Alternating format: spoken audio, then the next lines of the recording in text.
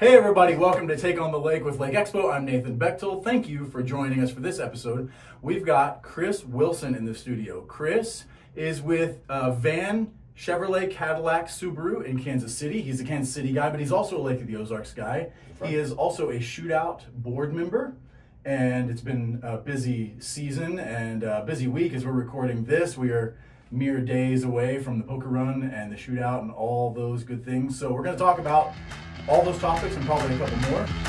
Welcome to Take on the Lake. I've got a story for you.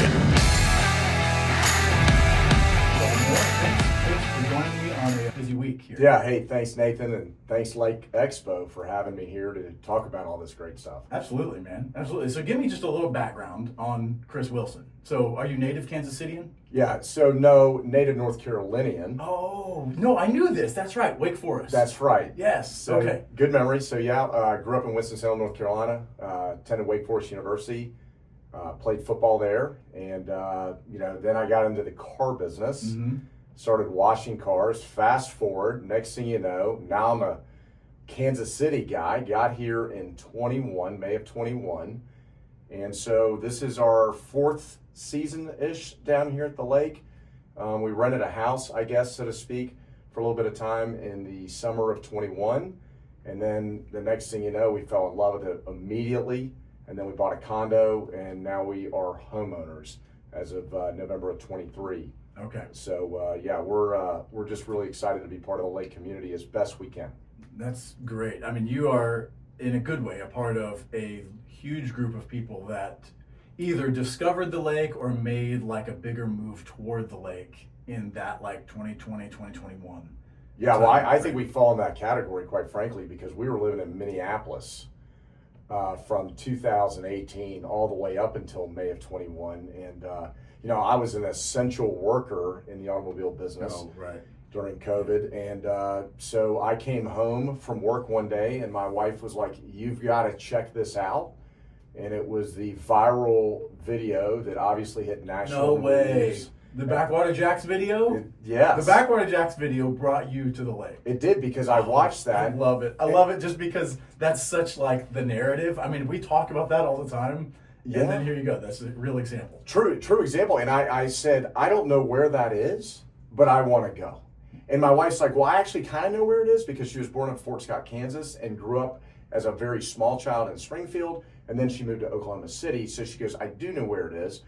And I was like, that is unbelievable. I mean, because I just was like, that's the coolest thing I had ever seen during those really difficult times. Yeah, the way it juxtaposed with everything that was not happening at that time was, I think that was part of what made it so viral. That was so stark. It was like, here, we're carrying on. That's right. And then so I had an opportunity to come to Kansas City, and I just jumped on it. It wasn't even, let me think about it. I was like, absolutely. And we had some friends in Kansas City. And then we ended up there, and then, I was like, hey, I mean, I want to still check out the lake. So, I mean, we didn't waste any time at all. And, when we rented that house in 21, we had waves of friends come down, because I just wanted a little bit of a litmus test. Hey, do the kids like it? Do my friends like it? And then we just fell in love with it, and it was a done deal for us. Yeah, that's great. Yeah. That's great. So, so you were in Minneapolis. You were in the car dealership world there, you were saying. Yeah, I work for a public company called AutoNation that are based out of Fort Lauderdale, Florida. Okay. I'm familiar with that. I think at that time they had 26,000 associates spanning 30 states with a lot of dealerships. And I'd kind of done the corporate grind for them for a long time. And I lived in a lot of places doing this. I was a kind of a turnaround guy fixing dealerships across the United States for them. And I'd lived anywhere from Denver to Seattle to Arizona to Minneapolis. And we were really looking for, a place we could really drop some roots. And I was getting older, and I was like, okay, so, move ships. I'm with Berkshire Hathaway Automotive. And so we are a private company, but we have 84 dealerships spanning about 15 states. Pretty flat company. There's only 6,000 associates. Yeah. And so, I've got it's Van Chevrolet Cadillac Subaru, right out of Kansas City. Yeah. Great. Cool. And then how'd you get connected with Shootout? Yeah, that's a good story. So, privileged enough that we have a family foundation. It's called the Wilson Family Foundation. But over the last 10 to 15 years of moving around all over the country, I just could really never find a place to make a difference. I couldn't do it. I mean, it was big cities, and, I knew that I was in a temporary situation because I was just fixing stores. And so I said, when we came to Kansas City, I kind of still had that mentality. But then when we came to the lake, I said, hey, wait a minute. I think that we can actually try to make a difference down here in some of these organizations, or different charitable organizations that have some issues. So the first thing I did is I got involved with Wake for Warriors through Marine Max. And love that. Then I got involved in another kind of a first responder golf tournament, and did a couple of things like that for the first couple seasons, and then kind of heard about Shootout, and I was like, well, wait a minute, this benefits lots of charities. But that being said, I didn't know who they were, right? So I was like, well, if I do this, who's going to be the steward of the money? Right. That was important to me, right? Because we have our own mission and vision, but like I didn't want to just give it to somebody and to say, hey, here you go. Right. And so I got in touch with Leah and met her and spent a couple days with her over a period of a week or so to really understand what this was all about. Because I knew it was a boat race, and I knew it was the largest unsanctioned boat race in the United States, but I really didn't understand how the charitable part worked. Right. So that's how that got started. And so, I made my first donation to the Shootout and said, hey, I want you to be in charge and be the steward of that money for me. And she said, I will put that to good use. And that's how that got started. And then we made our own donation to the Sunrise Beach Police Department and the Sunrise Beach Fire Department. And, because these organizations obviously get some help from the state, but there are special needs that they don't get help from, and they look to private donors to help do that. What did those donations do? What were those earmarked for? What did those help with? So, Chief Scott Craig at the Sunrise Beach Police Department, they were in need of ballistic vests because, believe it or not, sometimes the officers have to buy their own vests. Wow. Yeah, and I was kind of taken back by that. And then, he also asked if we could help kind of mitigate the speeding that goes on in Sunrise Beach. So if you go down there and you see the digital signs that record, that's us. Sorry about that. So every time I'm driving, I'm like, hey, I don't want to get a ticket, right? Because listen, I mean, I think we can blow through some of these communities too fast. So we did that. And then at the Sunrise Beach Fire Department, Chief LaPlatte was like, hey, we're in need of some new brush gear. Our brush gear over time deteriorates, and with the sizable land area that Sunrise Beach has, there's a lot of brush fires. Right. We know they're house fires, especially in the off season, but there's a lot of brush fires. So we bought them new brush gear, new helmets, and new headlamps. Nice. Yeah. Cool. Yeah, it's pretty cool. That's great. Yeah. That's great. Surely we published about that at Lake Expo. Yeah, you did. Okay. You good. did. I usually can rember what we published in the past week or so, and that's about as good as I've got. So that's awesome. Yeah. So those are the sort of things, and obviously Leah asked me to be on the Shootout Board, and so that happened this winter. And hey, little fish out of water, right? I listen a lot. I ask a lot of questions, and so I don't really have a specific quote role. I'm trying to figure all that out because there's been some board members that really understand the Shootout and the impact on the community. So let's then talk a little about how your work experience, your career, and the skills you obviously had there maybe translated to that. So when you were or you still are in car dealership land, but when you were traveling the country to these different places at these dealers, you said you were kind of a store fixer or something. What did that mean? Yeah, so dealerships, like any business, they either perform really well or they don't, right? And so most of the time, the dealerships that they asked me to go handle they were broke. They had culture problems, they had operational issues, which obviously culminates into profitability and all those other things that are end results. So, I would go into these dealerships with the same people. I never brought a team of people with me. I didn't believe in that. I always felt like the people that were working there, they had great qualities. They just maybe not had great leadership. Sure. And listen, my leadership evolves every day and every year, but hey, I brought some of those core values and processes and fixed those things. So fix the stores, and how is that applicable with the Shootout? Well, that's a really good question. I'm a people guy, right? So I have lived in so many different parts of the country, so many different, cultures, like Seattle is majority Asian. So you learn all these things in life where you live. And so I feel like when I'm coming down here to the lake, that I probably have a natural ability to connect with people. And, I think that for me, I want to kind of broaden the reach of the Shootout. I want to see if I can bring more people from not just the Midwest, but other parts of the country to see what great event we offer in this state, and try to really make it maybe a top 2 or maybe a top 1 attraction, an economic driver for the area, so that we can make sure that, hey, not only can businesses thrive, we want developers to do well, we want to be able to have affordable housing so that we can attract more workers and really turn the lake into a year-round destination. Yeah, so big picture. Yeah, that is very big picture. Yeah. I was gonna say, man, we could go on any one of those for the next hour. Yeah, but that's interesting. So when you were traveling stores, I'm curious about that. What were some commonalities that you came across in business? Things that often it was like, man, you guys got to fix this, and then we'll be better. Well, the first thing I always notice is that it didn't matter what role the individuals at the store had, whether they worked as a technician or whether they worked in detail or they worked in the office. They all want to be successful. I don't think anybody wakes up and goes to work and says, I want to be a failure today. Yeah, that's a great point. Like that employees, generally speaking, are people who want to do well. Yeah. Right? And the thing that keeps me up at night in my business world is like, hey, I want to make sure everybody's making a good living to take care of their family. Right. And be able to, have their kids get better education and, fulfill their dreams. Yeah. And so for me, it's a bigger mission than just fixing the store. So the first thing I always do, I want to get to know you, right? Because some of the stores that I was in were anywhere from 120 associates to 280 associates.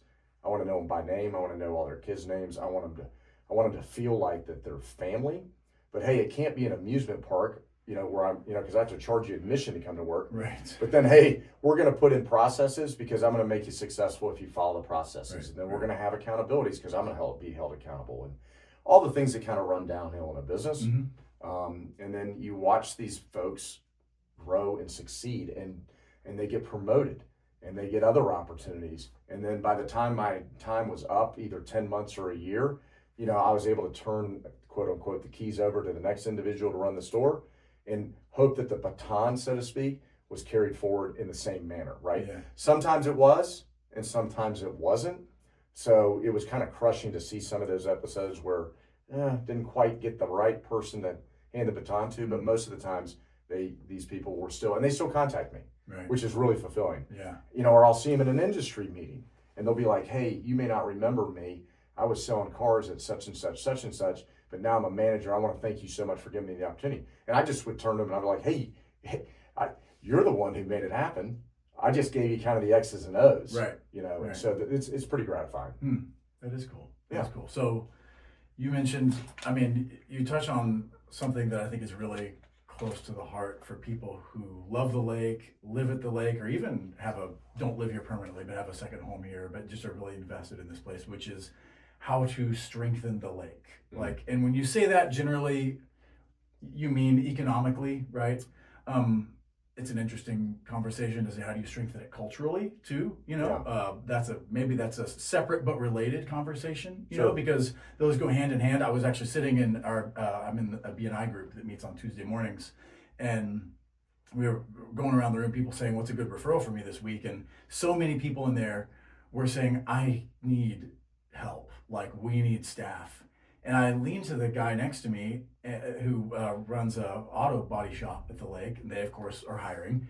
And I was like, man, it is crazy that anybody needs help at the lake, because I know there are people that could be working. Like I know there are. And that's not just a Lake of the Ozarks problem. That's like broadly the U.S. cultural kind of weird issue we're having. I have some theories on why that's happening, but so all I'm saying is, culture is intertwined with the question of economy, right? And so culture is challenging to fix. Anything's hard to fix, but what do you see that the lake economy really could use? I mean, we talk about like year-round stuff. I think that's growing, right? I think with everything from like the big splashy stuff that you see, the Outlet Mall, the Oasis, and even though there's been some bumps along the way, I think those are moving in the right direction. But what else, when you look at the lake, do you go, man, it needs you've lived in a lot of large developed areas. What, if you could wave your magic wand, what would you make happen here? Well, I think you're exactly right. I mean, I think some of these, municipalities are doing a really good job figuring out how to attract some business here so that they do have a year-round economic driver. That being said, though, you could argue that the lake is will be and could be for some time still kind of a seasonal resort town, which causes some issues, right? And this is my theory on it, which is it's great to see all the development. It's great to see all the houses. It's great to see all the really high-end houses being built. And we're starting to attract a lot of people from different areas that may have picked other states to go vacation or build a home, and they realize that it's just not very affordable, but the lake presents the affordability. But that being said, though, you have to be really careful about that demographic running out the demographic that helps sustain that, right? Whether it's laborers in construction, skilled workers, whether it's somebody that works at a restaurant or bar, it could be in the housekeeping, it could be a number of things, right? And if we don't find ways to make housing affordable and jobs that pay well, you're going to have constant turnover. You're going to have people that are going to be like, hey, I worked for 5 months, I'm hitting the unemployment line for another 7. Right. And then, hey, listen, that's another conversation, right? So, I think that, is it going to be like, I think that places like Eldon, quite frankly, is a key ingredient in terms of finding ways to attract manufacturing jobs and other jobs to create sustainable incomes for people. When you kind of look at the lake, as soon as you get off the water, you're like, wow, really changes, and so, I know that there's still a lot of deep planning, economic development planning that's going on. But I think it's important that, that all these municipalities really start, communicating together and working together to try to figure out that riddle. I think the lake looks a lot different in 5 years as it is, especially with the developments that we've got already named and that are known. But I think also that, it could be a caveat where, hey, we could use a really big convention center, right?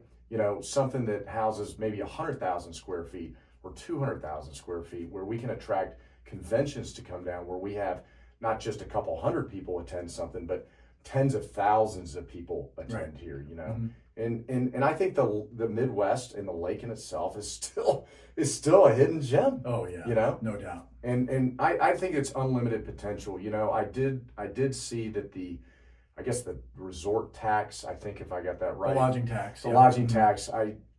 I was a little concerned, and I think I still think about that, like if that was like the right move, because it's very hard to lose a couple $1 million and go out there and advertise the lake. How are you going to do that? And so I think that some of that maybe needs to be revisited, because as you see the shootout growing, and I think that it's going to become, I think that it's got the potential of becoming maybe the number 2 or the number 1 economic driver and attraction in the state. But the reality of it is the shootout can't alone do that. It's going to need some partnership and some help from the state of Missouri and others to be able to help push that out there. Yeah, good word.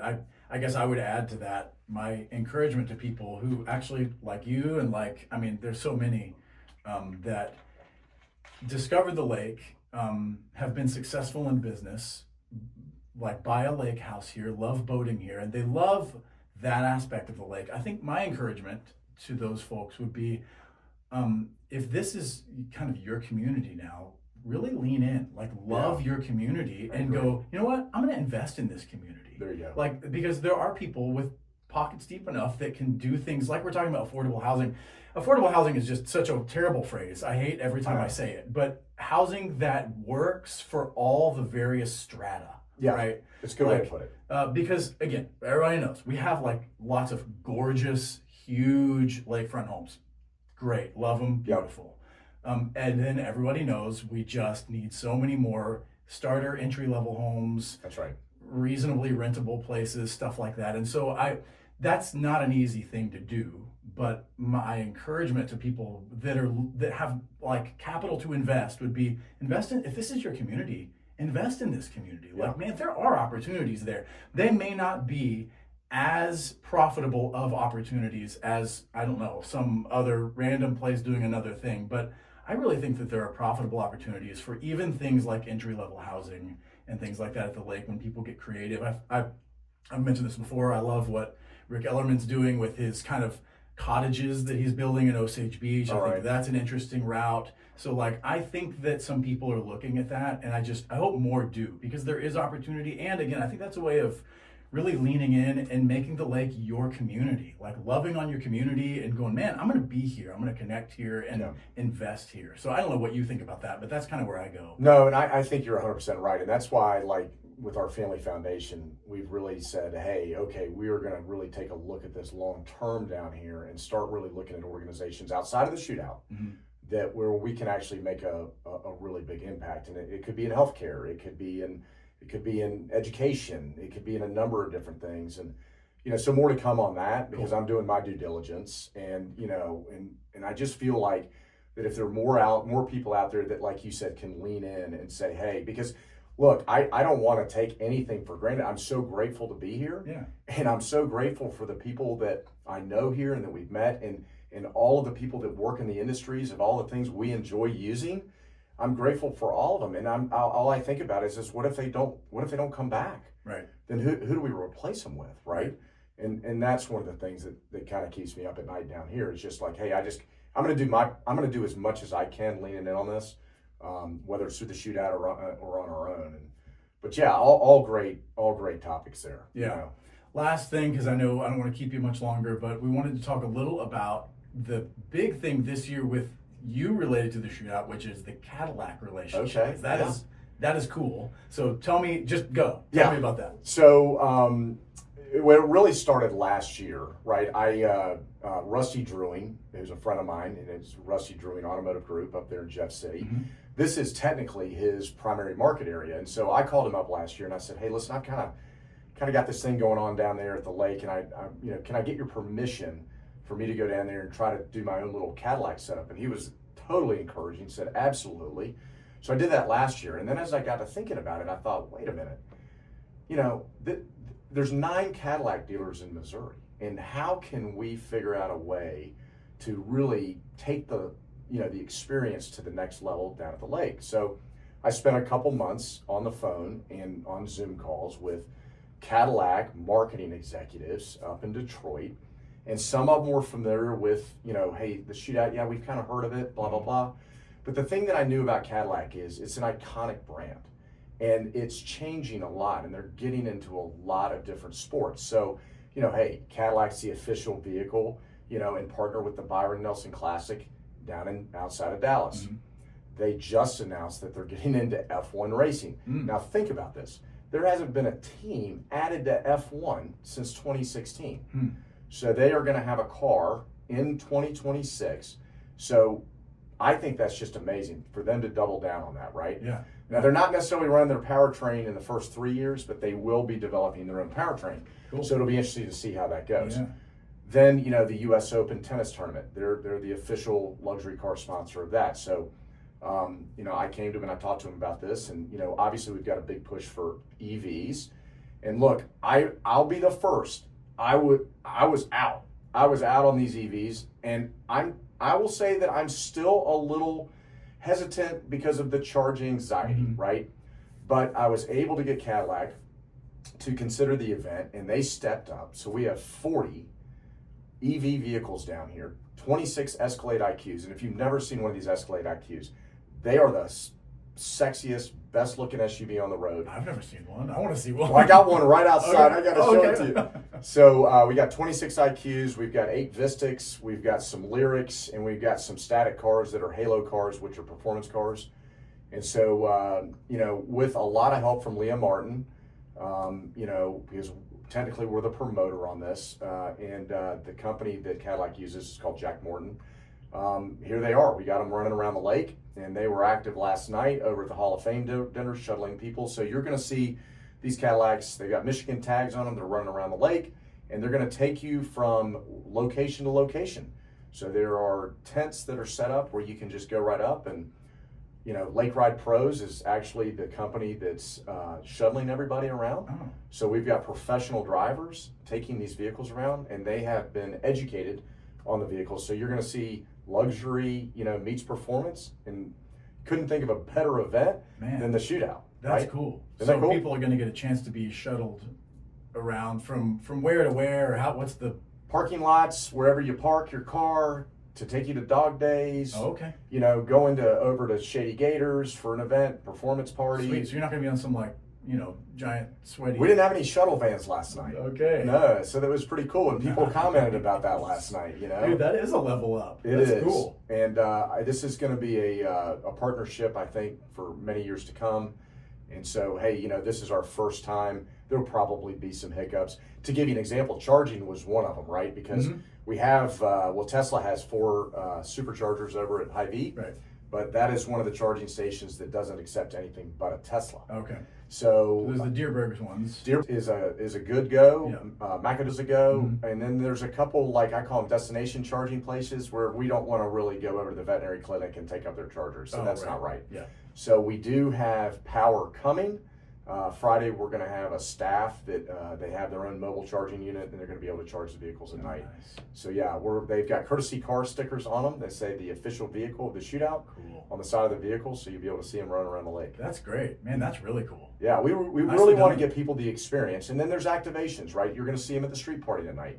You're going to see them over at Shady Gators. You're going to see them at Performance. You're going to see them over at Dog Days. And so we encourage all the listeners out there and the viewers to go ahead and say, hey, I want to ride. Hop in one of these cars. Experience it for yourself. I drove an Escalade IQ down to the lake a couple weekends ago. I drove it all the way down, ran around the lake for a day, and I drove it back on one charge. Wow. Okay. So, hey, not a bad deal. No, that's not bad at all. No. Good. Well, man, that's a very cool development. I'm glad you talked about that. Yeah, so people should go to the shootout, and if you get shuttled somewhere, then you're going to be shuttled in one of these. That's right. Basically. Yeah. So, yeah, check those out. Cool. Well, I don't want to take up any more of your time. Thank you for coming on, and maybe I'll probably have to do this again, because I know there's a lot more we can talk about, and I want to hear more about developments with the Family Foundation. Sure. I think we could come back and talk about housing and economy and some of those things that I think you could have some insights on. And anyways, we'll call it a day for now. But Chris, thanks for coming on, man. I appreciate it. Thanks for having me. Really appreciate it. Absolutely. And y'all, if you would do a favor and go subscribe to this show, whether you're watching on YouTube or if you're watch on Facebook, go follow our page, or if you're on podcasting apps, would you make sure you subscribe to the show? That would do us a huge favor as we continue to grow the show and have awesome guests like Chris Wilson. Thank you. So thanks again. Thank you all for listening. Thanks to our audience, and you guys are great. Keep sharing the content, and stay anchored, stay curious, and we'll see you soon.